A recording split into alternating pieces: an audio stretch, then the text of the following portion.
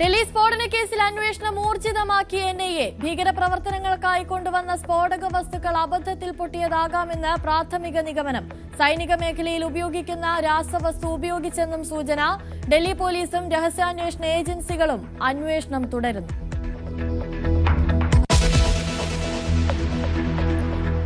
ബീഹാറിൽ എൻഡിഎക്ക് മുൻതൂക്കം പ്രവചിച്ച് എക്സിറ്റ് പോളുകൾ. എൻഡിഎക്ക് 130-ലേറെ സീറ്റുകൾ കിട്ടുമെന്ന പ്രവചനങ്ങൾ തള്ളി മഹാസഖ്യം. തെരഞ്ഞെടുപ്പ് ഫലം മറ്റന്നാൾ.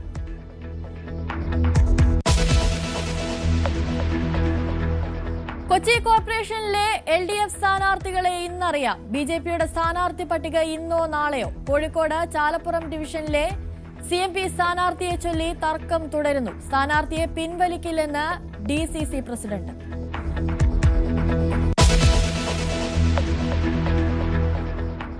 US ഷട്ട്ഡൌൺ അവസാനിക്കാനുള്ള വഴി തെളിയുന്നു. ധനാനുമതി ബില്ല് ഇന്ന് ജനപ്രതിനിധി സഭയിൽ. ജനുവരി 31 വരെയുള്ള ധനവിനിയോഗത്തിന് സെനറ്റിന്റെ അനുമതി. അന്ത്യമാകുന്നത് ചരിത്രത്തിലെ ഏറ്റവും ദൈർഘ്യമേറിയ അടച്ചുപൂട്ടലിന്.